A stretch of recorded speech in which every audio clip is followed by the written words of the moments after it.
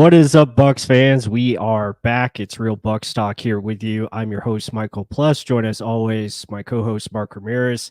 And the Buccaneers started their preseason with a nice little victory there, 17-14 over the Cincinnati Bengals. And I think, the majority of this show, we're going to talk about the rookies that really impressed.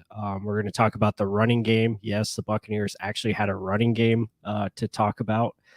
So I think that's like the big takeaways. We'll talk about the defense and, who shined there, and obviously some concerns with some of the pass rush, but I think it's maybe too early to worry yet.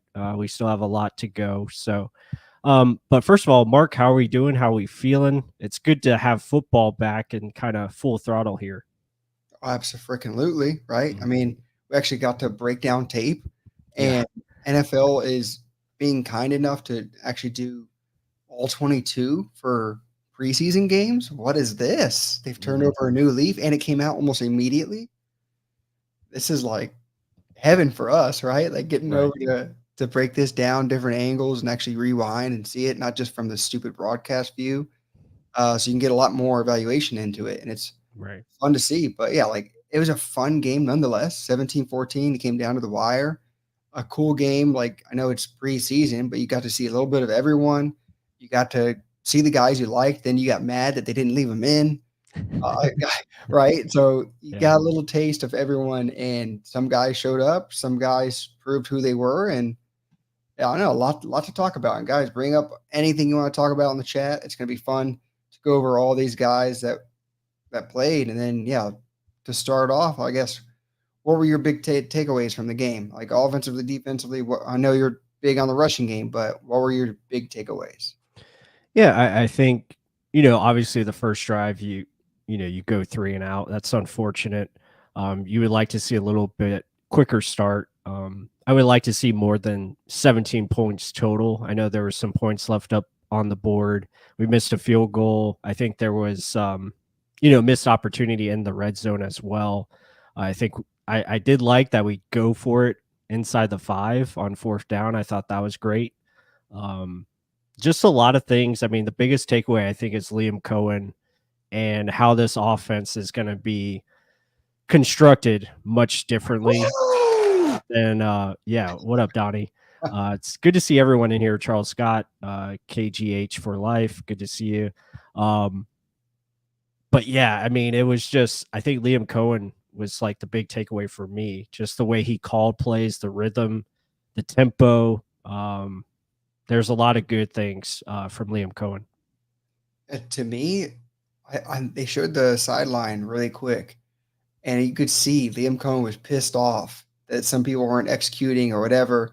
And then you see Bowles come over laughing, like grabbing him, like, calm down. It's the preseason. We're good to go. Like, don't worry. Like, I like the enthusiasm. You could just see it, like the vibes both of them were showing. Yeah. Because I think that's what I think Cohen is. I think he's like one of these perfectionists that he wants it done his way. And if it's not, he's going to get pissed off.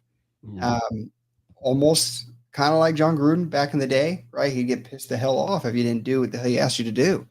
And does he have some of that in him, that fire? Probably, but you've also heard where he's savvy, smart, and like he gets along with the younger players. Raheem Morris kind of said that too, like an interview with Peter Report. So he gets the young guy. He has that flair with him. But like, I mean, I think he brought so many different wrinkles just on this one preseason game, and then elaborating on each one of them. Like if it was an actual game, and like that stuff where we didn't see that with Canales in his first preseason game. It was even so vanilla. And I think it was just because he didn't really understand the levels and scheming of a play caller, like understanding how do I set things up just yet. And you saw that over the season, and it already shows in one damn game how he knows what he wants to do and what he's trying to create.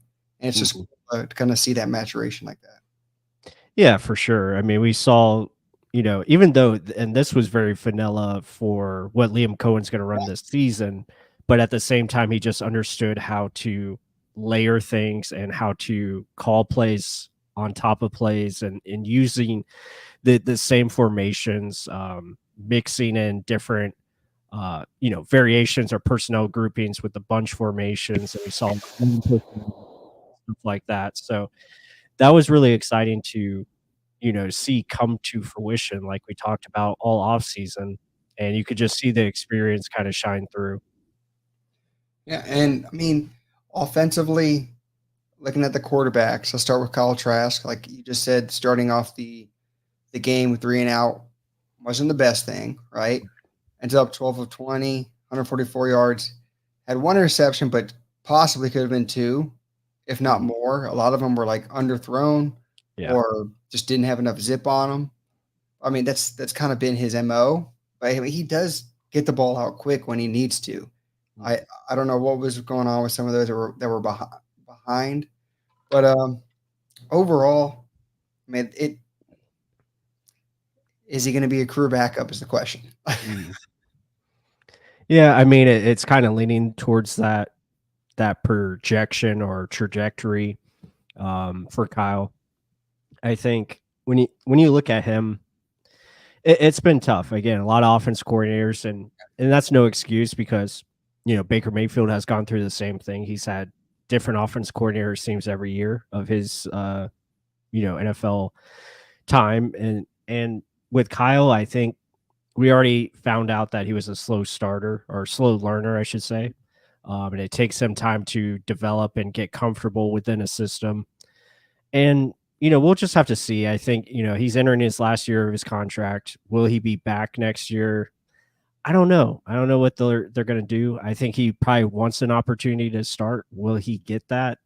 I mean, it remains to be seen. It's hard because he doesn't have any tape to go off of as far as the regular season outside of that one brief stint against Atlanta. But yeah, I mean, right now I think as a backup, I think he's solid enough to potentially come in if needed. But let's hope Baker Mayfield stays healthy. I think that's the best case scenario, that we keep Baker healthy and go from there. But right now it's a battle between Kyle Trask and John Wolford.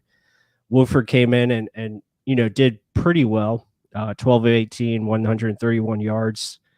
No touchdowns, no interceptions. Had 2 sacks. So I mean, I think whoever the backup is, I'm not too worried about it. I think Baker's the guy, and if you lose Baker, then obviously it's you get very concerned going from there. But that's normal for the That's NFL. NFL. Yeah, that's the NFL world. Like there's not many that are top tier quality, and Mhm. I mean, Mac in the chat was saying Kyle's getting his receivers and Culp killed. What the hell? Some of those throws. I mean, yeah, some of Yeah. them were behind or just Right. you're like, come on, drive that thing through. And yeah, we can give you the storyline of the OCs like you just mentioned, but Mhm. all that like he saw it, he read it correctly. It's just get the ball there faster. And then he had one little rainbow shot to Raheem Jarrett that was Purdy, but still it was a potentially could have been knocked down. Mhm. Great catch, great effort by Raheem Jarrett, and a guy last year made a big rah-rah noise to try and make the team. Already good start, really good start. That wide receiver room is going through an insane amount of competition, but I Mhm. mean, I don't think it's that big of a competition. Trask Wolford, I Yeah. think it's gonna be Trask regardless. I mean, he was almost the starter last year, so Right. I don't think it's that big. I think it's just more we Yeah. want to talk about something. But yeah, I guess Yeah, you want I to go I over agree those with that. too. Yeah, no, I agree with that. I mean, again, and the big topic for tonight that I'm gonna, really harp on is this rushing attack. I mean, Sean Tucker, you talk about competition. He's making a case for RB3 behind Bucky Irving and Rashad White, obviously, and with Chase Edmonds continuing to miss time, they, obviously they feel he's going to be ready for Week 1, but how is that pecking order gonna play out? And Sean Tucker looked good, man. He was showing burst through the holes, speed, um, okay in pass protection. He had one miss up there, but just looked more confident. And then the rest of the rushing attack was good. Bucky had good runs, quick and decisive. There's a lot of good things from this running back group for sure. And they knew where to be. I think that's the biggest thing. There was no indecisiveness thinking in the backfield. It was, I know where my hole should be, and they were cutting and go. Yes, some of that gives credit to the running back, but also gives credit to the scheme of, okay, literally, this is where it should be going. If they don't open it up, I don't care. Just run right through it, right? That's stuff we heard Cohen talking about and letting Rashad White know about. And now you can see it trickling down to Sean Tucker. He's a fast player. His speed is his game. Freaking take it and go. He's a bowling ball that has speed. So he showed that early and often. Bucky, I did not expect him to be that, I guess, muscular. I knew he was small. I knew he was, but like he looked stocky for the small type of player he was. He doesn't look small, right? Yeah. But there's a lot of good things you can get out of him. They just gave you a little taste. And then, but I can't wait to see what they can open up with that. Like Sean Tucker, Bucky Irving, that's the big competition for 2. Now, I wouldn't even give Bucky Irving number 2 just because of his draft position. Right. He played so well, you can put him in that competition for number 2. Blocking, I know Bucky Irving actually did well in blocking. I was surprised on that. Yeah. Maybe just the high volume of plays he was in with Oregon, just knowing, okay, I got to protect the quarterback too. But I can't knock him that much on pass pro at all. Yeah, it seemed like early on they were trying to get Bucky Irving involved in the screen game. They were trying to get him out in the flats and give him some opportunities. There's one didn't really work out as it was tackled for a minimal gain, but you can see just the all-purpose type of back that he is, and he'll really complement Rashad White very well. I think Sean Tucker, same thing. So the running back depth, and hopefully, some people talked about this being a positional concern going into the season, but now you look at it, you have a pretty solid group, especially if they do decide to keep 4, and Chase Edmonds is that, that veteran of the group, who is still a very good running back too. He fits this system very well. The thing with him though is, can he stay healthy? That's the biggest knock for Chase Edmonds right now, but still a very good football player. And then, you go to the receivers, Ryan Miller, I thought was outstanding. He looks much more improved than he did last year. His route running, his separation, his ability to, get open, I thought was awesome. So how do we boot people from the chat? yeah, JC Allen. Oh no. He had to say in his bag. All right. Yeah. Cohen was definitely he was pulling out the magic tricks. Hey, he's got some tricks.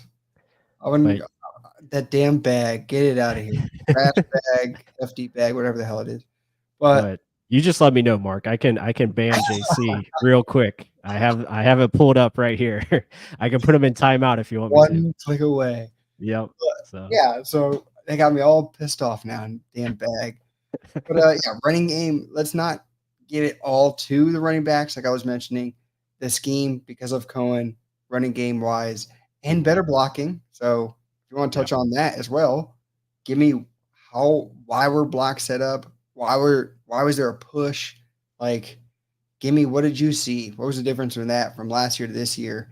And like, it wasn't just the beginning of the game where you have better players. Right. You had the second and third team that still had talent that were pushing the ball, running the ball as well, keeping the game a more 50-50 thing, not all pass heavy.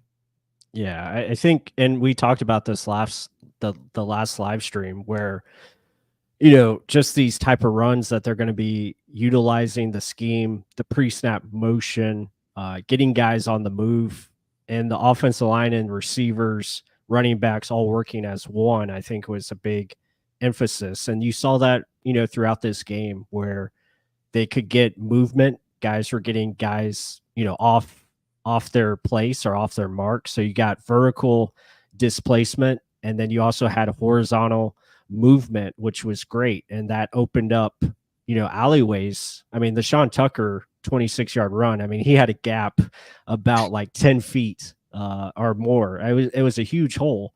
And he was able to, make the most of it. So, yeah, the scheme is just so much better for the run game construction. And I think that's what we talked about all offseason, how different Liam Cohen's going to be from Dave Canales, and that is because of that run game and what they bring to the table there. So I'm excited to see it evolve even more and more. Like you were saying, this is probably vanilla, didn't really game plan much, right? But still layering things onto it. Okay, and then receiving wise, we only saw a little taste of where we at? Jalen McMillan. Right. Yep. I know I wanted to watch a lot more of him, right? He's a rookie. I know he's getting a lot of talk in practice. You saw a little bit of the goods, and you made a point to tell me, Mark, they're just saving him for the season. I mean, why show it off too much? He's pretty much slotted in number 3/4, 3A, 3B, whatever the hell you want to call it. He's a weapon right now, and why waste or opportunity for him to get hurt, right? So I don't know. You like what you see. I want to see more of it, but hey, every damn practice it seems like he's balling out. So he's reaching into his bag, pulling out moves. But yeah. No, receiver core, I thought was very solid. And we haven't even seen Cameron Johnson yet, who is my, sleeper guy, my sleeper pick to make this team. Hopefully we see him this week in Jacksonville. I know he returned to practice today, even though he had a non-contact jersey on. So hopefully he's on the mend and getting ready to suit up here soon. But I want to shift gears real quick to the tight ends, and then we'll get into the defense a little bit. And then, obviously we'll have some film that we want to show you guys, just talking about, the rookies and more so. But the tight end group I thought was really good, from Payne Durham to Devin Culp and even Ko Keefe on special teams. I thought their blocking was really superb. Like Devin Culp really showed his blocking in this game that I thought was more high level than maybe we expected, just because we thought, he's most likely going to be that like slot type receiver / tight end. And then Payne Durham, I thought, showed good things in the blocking game as well. So that was exciting. And maybe having a real tight ends coach is helping them. Not saying John Van Dam is not a good tight ends coach, but he was more of a, passing game guy. And now you bring in Justin Peele, who's played the position.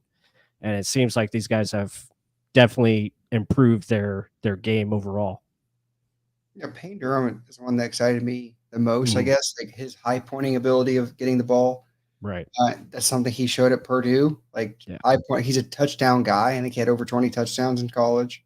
So if he can do that middle of the field, eat it up, right? And then giving Cade Otton some breath, right? Take a seat for a second, right? Get your legs underneath you so we can keep going in the season. I think the potential's high for him. I mean, you don't even know what you truly have. Ko Keefe, he always blocks well, right? We know that. Yeah. He actually caught a ball. Yeah. So I think he's done for the season. One's enough, right? But it wasn't a touchdown, so I guess it won in touchdown. But Devin Culp, I think we all knew he had motor with blocking, but I agree with you, like the actual like technique of blocking and going with the run, right? Like not just being aggressive, but actually going with the actual route of the play. Like I thought that was really, really good. And if he doesn't get hit in his damn head, get out of the game for a snap or two. I mean, I wouldn't necessarily think that was Trask's fault. That's more the idiot defender and no flag kind of thing. But it was what it was. And I think he's still going to show some more things in the season or in preseason. So let's see what we get from him. But yeah, it's going to be just Cade Otton and Payne Durham show. And I think Payne Durham has the most to garner or get from preseason to show that he can be a viable option and spell Cade Otton when he needs to. Yeah, for sure. So I just thought, overall offensively, we want to see more points scored. Obviously, you don't want to settle for 17, but just the overall process and the, overall execution, I thought was solid. There were some mistakes here and there, but just the process and the play calling, the flow, I thought was really nice to see. And obviously the execution of the running game was superb. And now we get to see that tested against Jacksonville and Miami, who are much better run defenses than Cincinnati. Cincinnati was one of the bottom run defenses last year, and now you're facing two teams that were in the top 10 as far as rush defense. So that will be a good test to see how much better are we actually with the run game. But and we weren't really facing much of anything.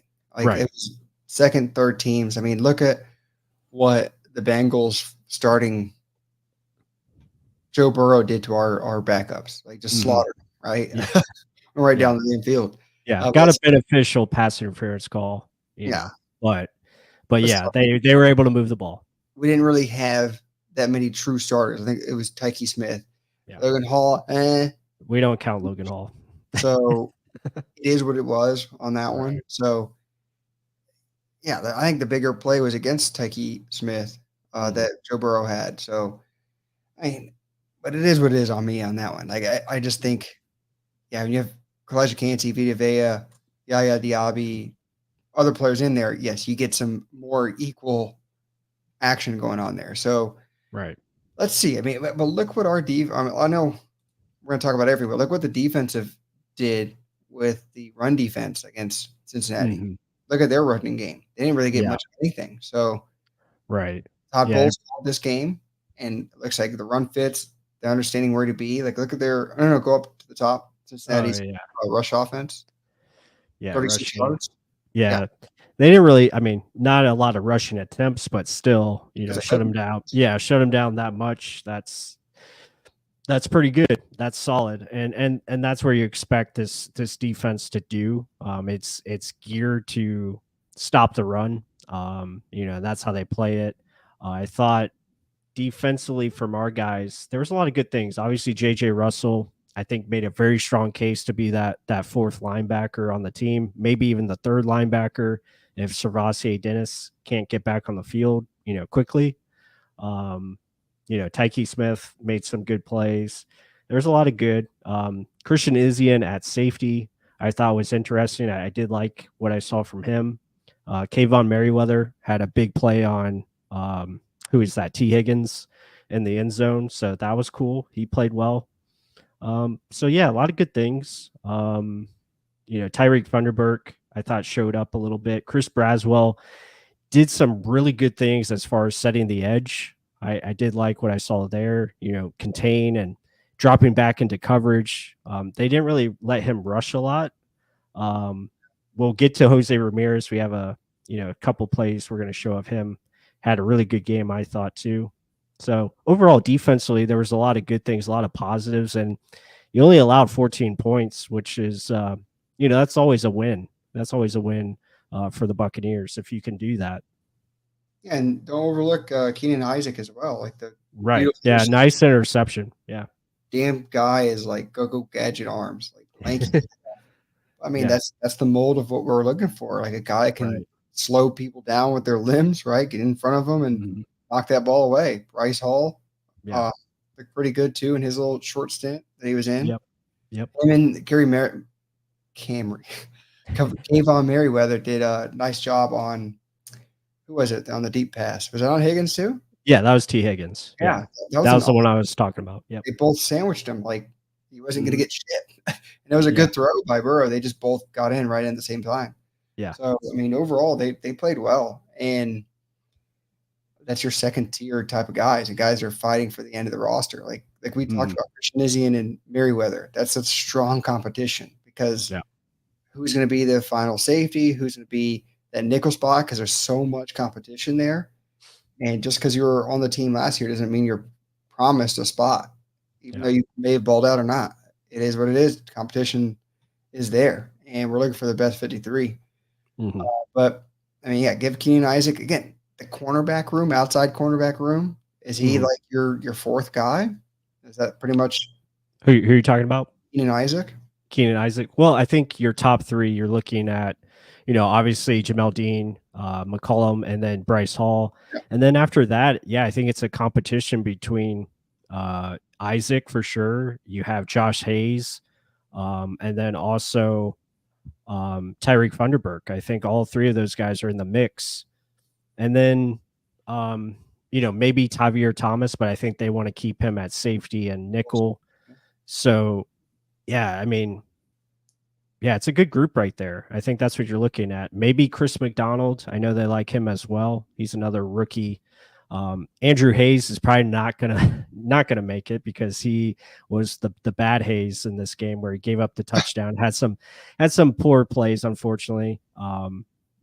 But yeah, Keenan Isaac and Josh Hayes, Thunderberg, they're all right there for those fourth and fifth spots for sure. Yeah, I mean, a lot of, and even guys like even Bulls said it after the game, like because everyone's talking about the outside edge rush. It's like Ramirez did pretty well. The other guys, we kind of dropped them back, and they just didn't have many opportunities. Yeah, and we'll talk about Ramirez later. But I was very surprised that he mentioned we looked good in the interior rush. And yeah, there were some guys that I, to be honest, didn't, because I haven't been to the training camp. I just read what the snippets say. I didn't really hear much about Brewer. I didn't hear much about Banks, to me personally, and they looked pretty damn good. Consistently getting pressure. And yeah, I know it's second and third teams, but Brewer to me looked pretty damn quick and getting around guys or getting through guys. He has quickness. He may not be the fattest guy when you look at Vita Vea, but I mean, he was executing moves and getting upfield. And when I mean Brewer, I mean number 95.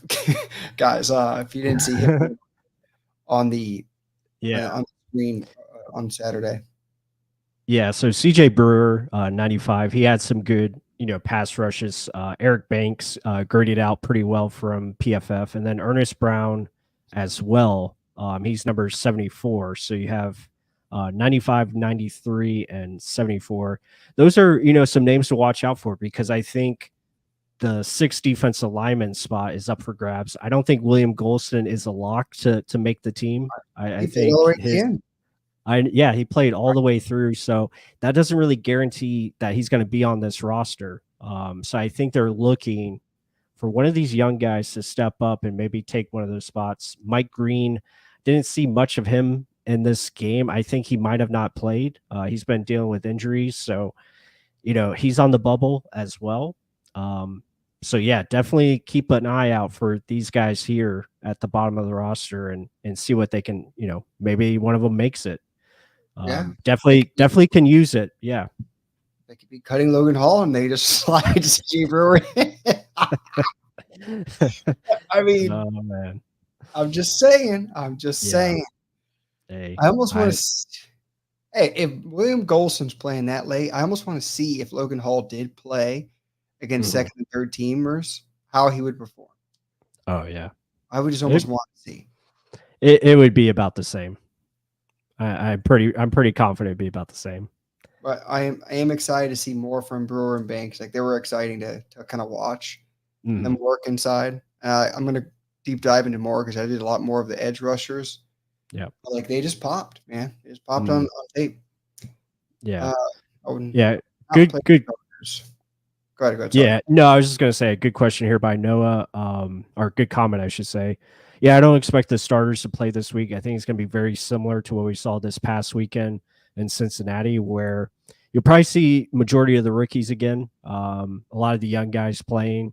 I think most of the starters are going to be out this week. They're probably expected to play in that final preseason game against the Dolphins, and that's when we'll see most of the starters, or if not everyone, playing for that game and see what we have. But yeah, they have the joint practices coming up Wednesday and Thursday. So I think they're going to focus mainly on that to get all the reps they need. And then, the young guys are going to battle it out on Saturday for this game. Yeah, I agree with that. Because that's pretty much what you want to see. Like, yep. Who am I truly going to keep? And then the final game, that's your true tune-up to get you to the season. Yeah, I think that's how they're all kind of like planning it out now. And yeah, I am not upset about that because I want to see who these unknown guys are. That, I mean, this is pretty much the first time you've really truly seen some of these guys, and they're getting us excited. Yeah, for sure. And again, if you guys are just joining us, you're watching Real Bucks Talk here live on a Monday. Usually, we try to be lives on Monday. That's what we're going to try to do throughout the season coming up here. But if this is your first time, be sure to hit that like button.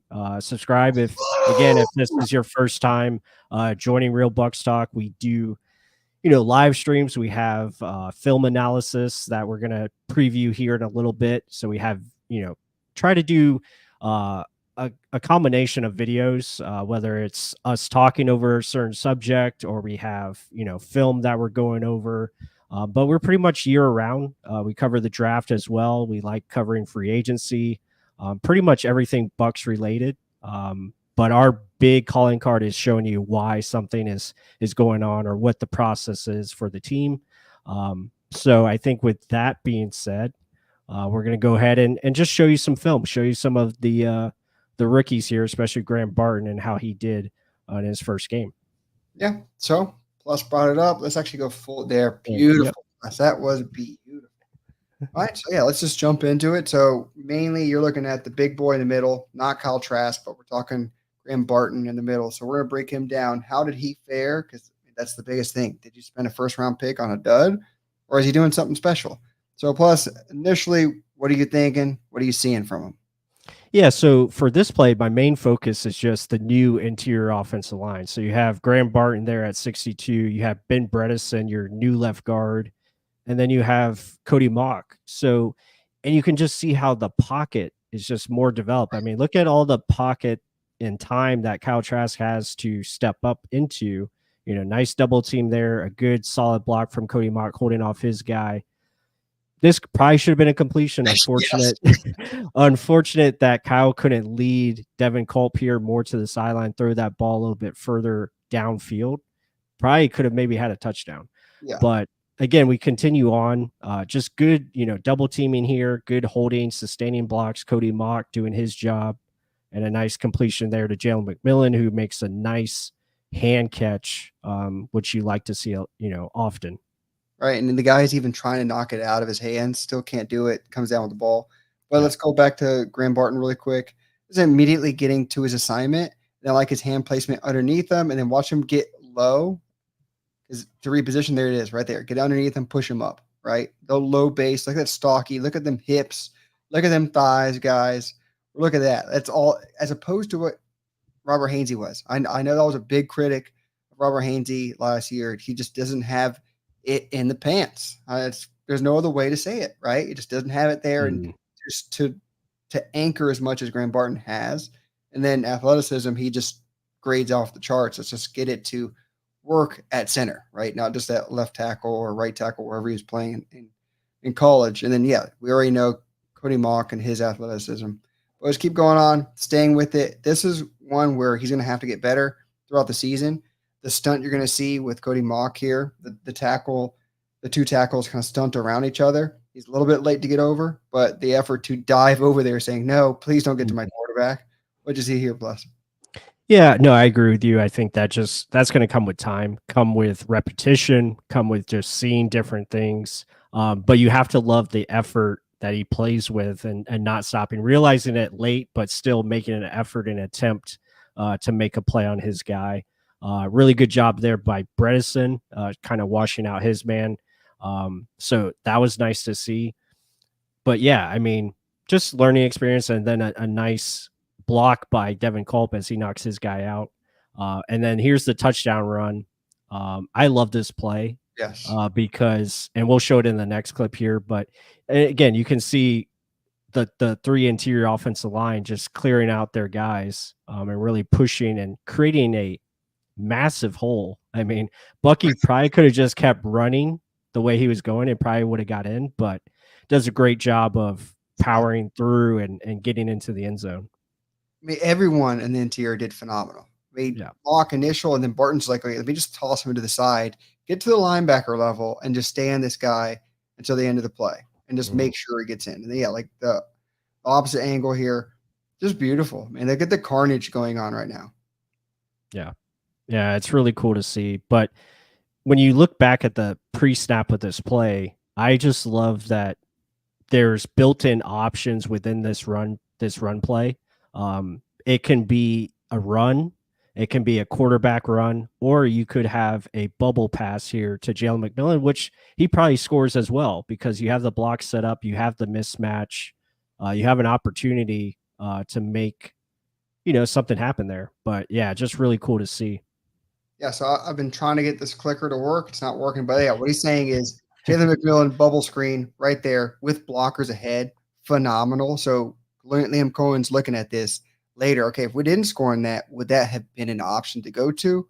That draw play, clearly it did work. It was something that works, but then if you think about instead of Kyle Trask, you have Baker Mayfield taking this ball. If this guy commits overly, Baker Mayfield has to just beat one guy to get in the end zone, and it's a linebacker. Yeah, let's see, right? So a lot of good things, not just being a run just to run the ball. It's a run with plays inside of it. Gotta love that stuff. Keep going on interior. Now you got Robert Hainsey in there. Plus, what do you see? Yeah, so now we get to look at our 6th-round pick, Elijah Klein, who is playing left guard now, number 79. You also have Luke Haggard, who got a pretty good grade from PFF. He gets beat here, he gets beat here pretty good. Yes. But just good push here from Elijah Klein as well, just staying in line with his guy, keeping his eyes, as far as potential other guys coming in. So that was cool.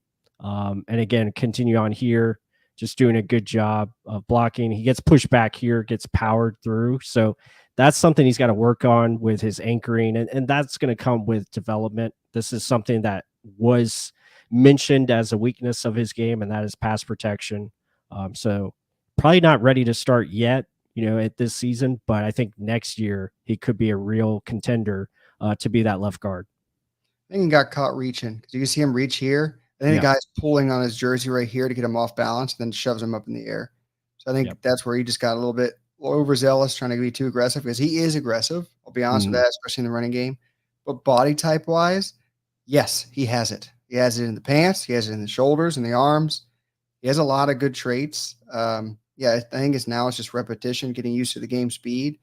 But in the running game, guys, the interior, Haggard in the running game, Klein in the running game, the guy can move people. And he sticks with the blocks. Bucky Irving getting small. You can't see him. Where the hell is he at? Can't see. You can't hit what you can't see, right? Mm-hmm. Yeah, so this is just really good stuff. Great running by Bucky Irving, and like you said, sustained blocking from Elijah Klein, and pretty much everybody, working left to right there. Yeah, so just overall a very solid play and well done by Bucky Irving to finish it off. And give Haggard some credit too. Look at him on that play. Check out Haggard, 72 right here. He played tackle and guard. Klein played right guard, left guard. They moved everyone around this game. It was fun to watch. But check him out here. Look at him mauling. Walton's in there too, getting a block. Finishes the block there. Check in again with Klein here, maintaining with the block. Hainsey double block. Like the interior looked well, and it's something that last year wasn't really looking good. So this is good that even our rookies or second-tier players are looking pretty good too. Mm-hmm. Yeah, so now you're back here with Barton and Klein on the center and left guard position. But like you said, just getting movement. You look at the movement going left to right, having the cutback lanes for Sean Tucker here, and he sees it quickly, be able to get north and south and pick up a very nice gain. I think that was a gain of 9 yards. And then here, same thing, just finding ways to navigate through the creases. Really good running there from Sean Tucker. If this was him last year, he probably would have tried to bounce this somewhere outside, but now he knows, how to read it, how to hit the hole properly. So you have to be impressed. And then Barton blocking on one leg there, that's awesome. No indecision, right? Just immediately set it up, sit, and let's go. Here we go. So what's going on here? Plus what happened to Hainsey? Yeah, and this is why, Robert Hainsey's probably not going to be your starting center. He's probably going to be your backup, because things like this happen too often when he was playing last year for the Bucs at center. You just sometimes get too aggressive or too overzealous and try to make something happen. You just can't do things like this, lunge at defensive linemen. They're just too good, too quick, and it shows it right there, and you get a QB hit because of it. Yeah. again, Culp almost could have gotten nailed again, but luckily didn't get hit on that one. But I Right. mean, that's the offensive line. I guess let's talk about that. If anyone has any Mhm. questions down below, bring them.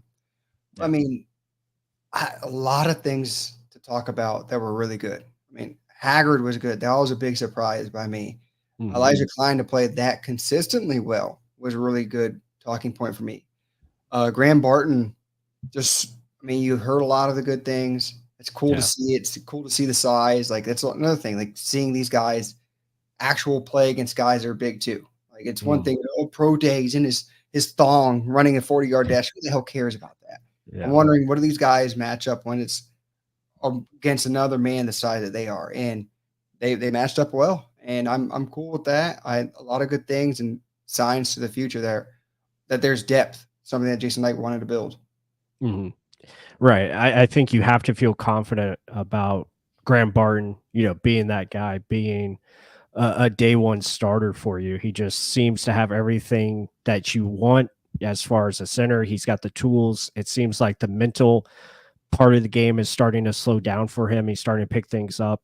And you just hope that continues to show this weekend against Jacksonville, where continues to show that consistency and builds off of what he's putting on tape. And then same thing with Elijah Klein and Luke Haggard being like that sleeper Right. potential player as far as making the team, maybe being that ninth offensive lineman or 10th offensive lineman if they want to keep 10.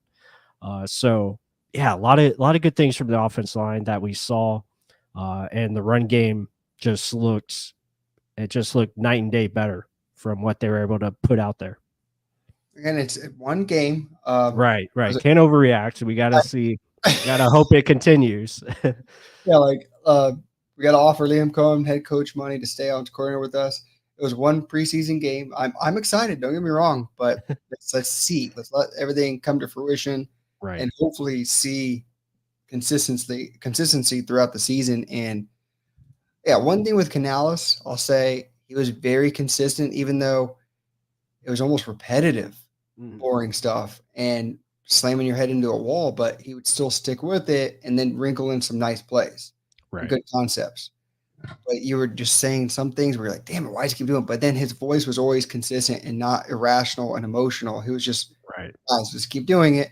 Let's keep it up. It didn't matter if we lost or won. He was smiling and Mhm. wanting to take questions and very positive.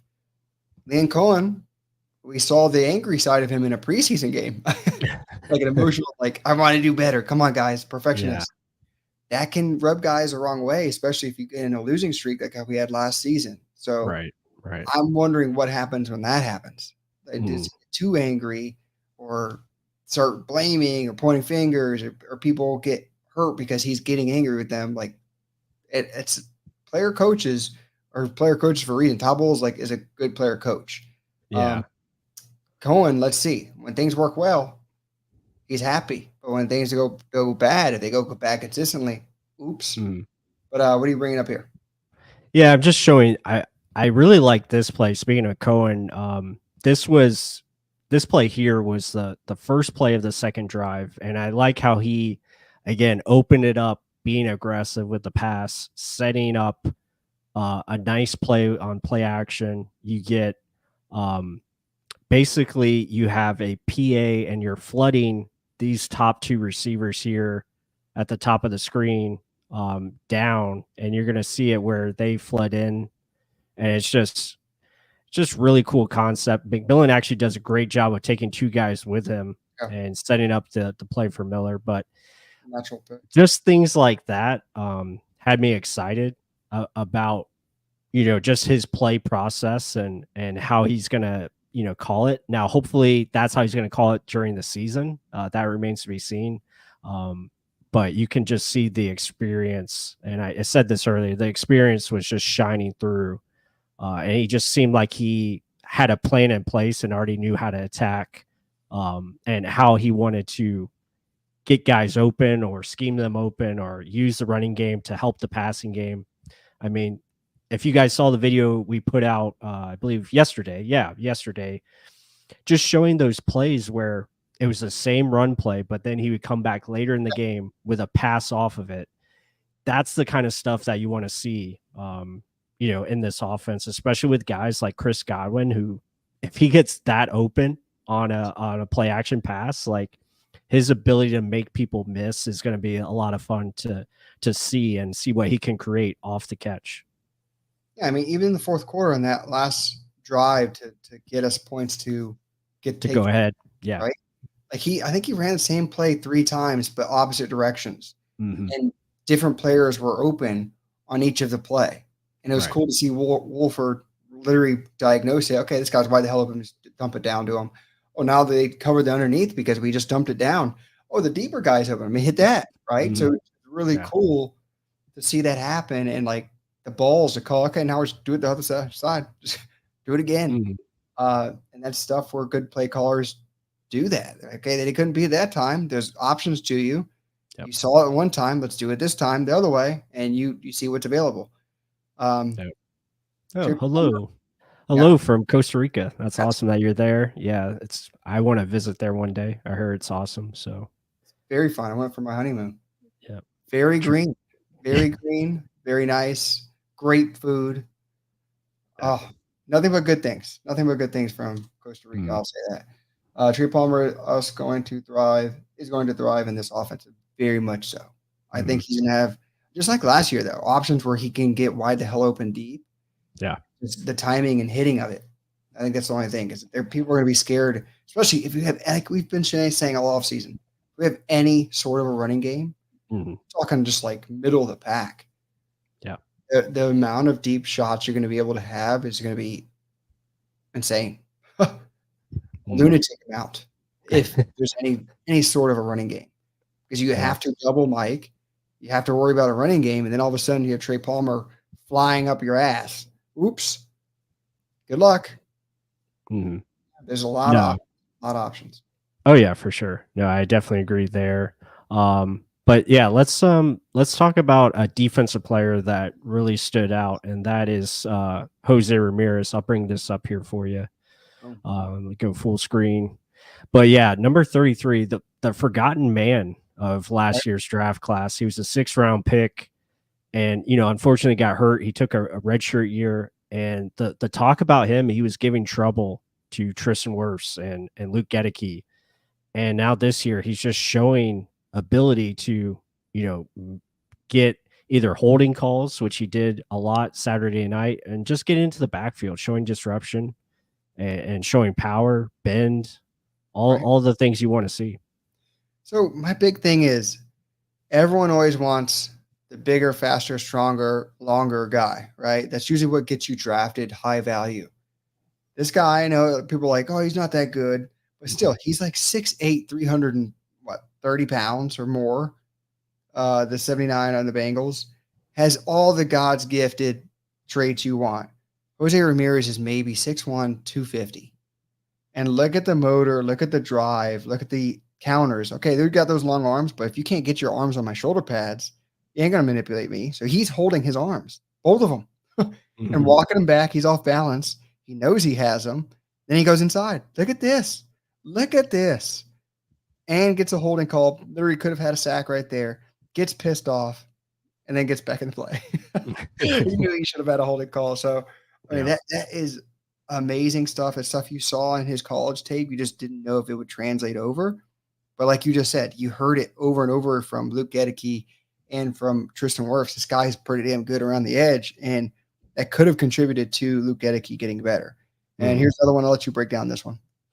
Yeah, so again, just like you said, his ability to turn the corner, to bend, ankle flexion, to stay on a path towards the quarterback, as you see there, getting the QB hit, just so close to getting a sack here, but just these moves to dip and rip underneath the offensive lineman. And he was showing a lot of this throughout the game. And hopefully this is something he can continue to do and earn, reps during the season, because I think he can be a factor. Him and Marquise Watts, I think both have really good pass rushing potential, and you're seeing it here with Jose Ramirez for sure.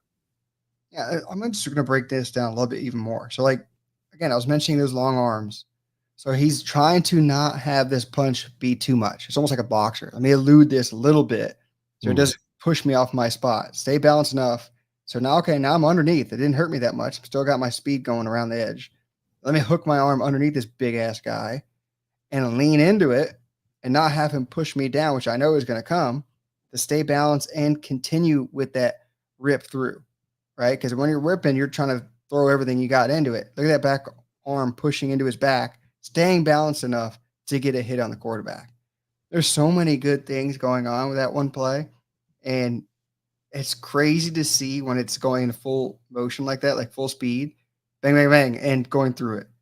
That's nuts. That is NFL ability, and I think, yeah, redshirt season worked, and he's showing in one game he's got it. Let's see if he can start stacking them because I liked it. My brother from another mother did really well in that game, and hell, let's get a Ramirez in the NFL playing lights out. I want to see it.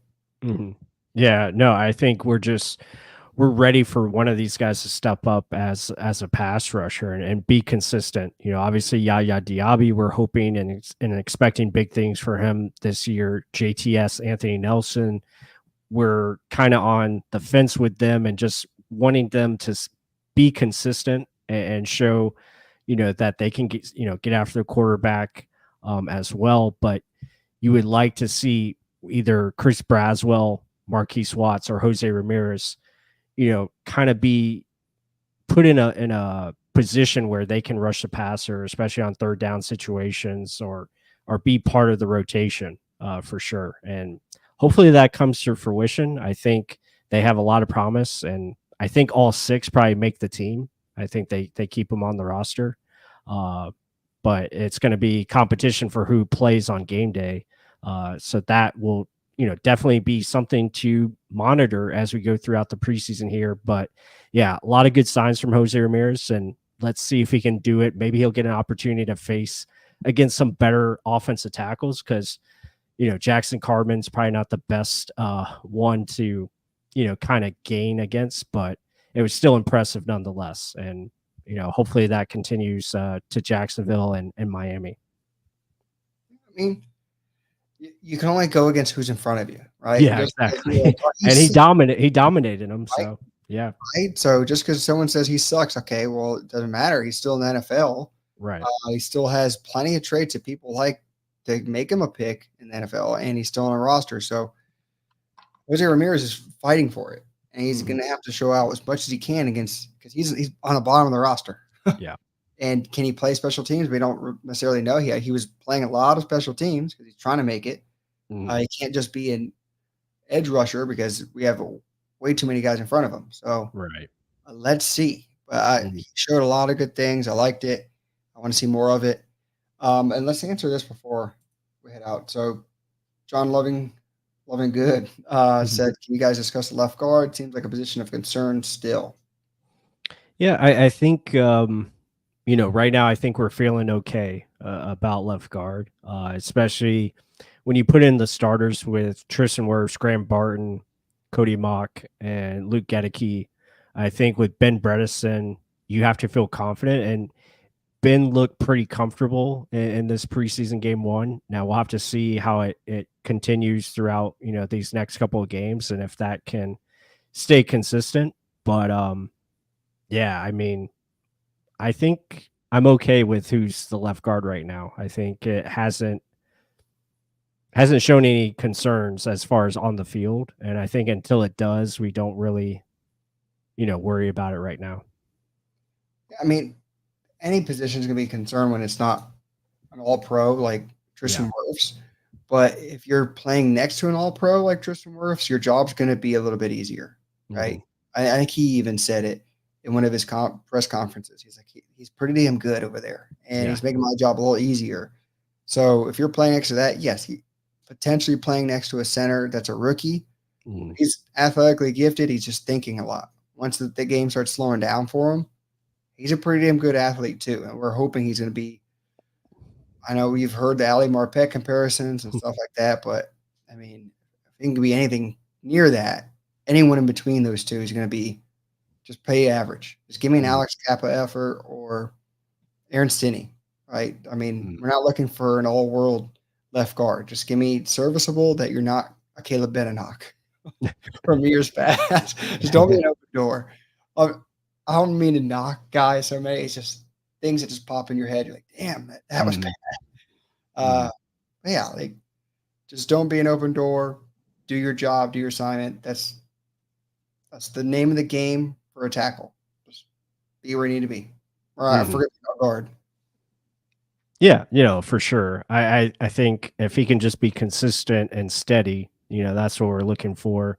And we'll just have to see how the season goes. I mean, there's going to be matchups where Bredesen is probably going to be outgunned or outmanned because he's facing one of the premier defensive tackles in the game. That's going to happen. That's going to come up throughout the season. But like Mark said, having a guy like Graham Barton or Tristan Wirfs to help him out, and we saw that in the game, this past weekend where they were having Graham double team, the left guard spot, or just helping him out in pass pro. And we saw a very good depth of pocket. And I think as a Baker Mayfield being your quarterback, that's what you're hoping for, giving Baker that time in the pocket to step up and really deliver the football the right way and not worry about, getting hit or worry about the pocket collapsing.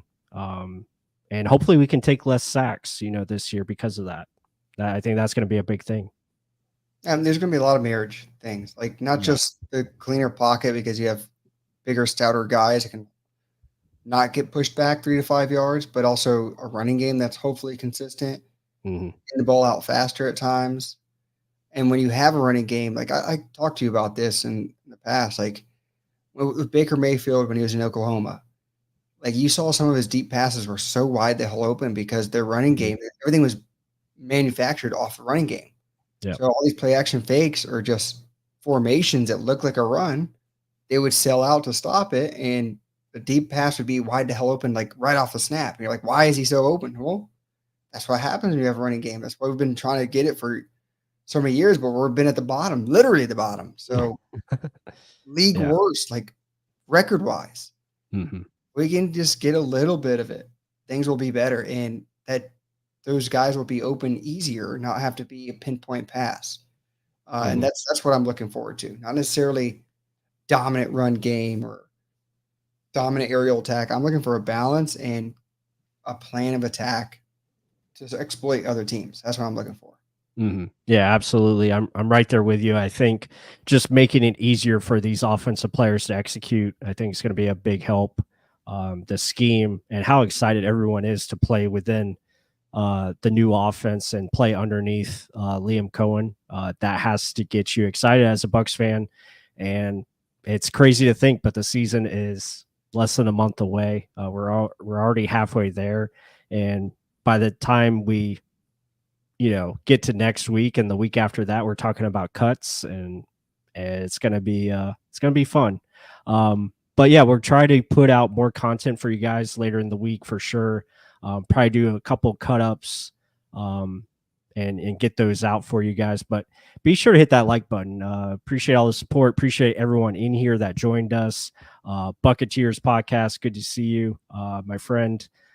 Check out their podcast. They do a great job. But yeah, everyone in here, we saw a lot of new faces in the comments, so that's great. Mainly on YouTube now because Twitter, we don't subscribe to Twitter, so we can't go live on Twitter anymore. So be sure to check us out here on YouTube. Maybe we'll subscribe to Twitter in the future. I don't know, but or X, I call it Twitter. It's always gonna be Twitter, but but yeah, we're only live on YouTube for now.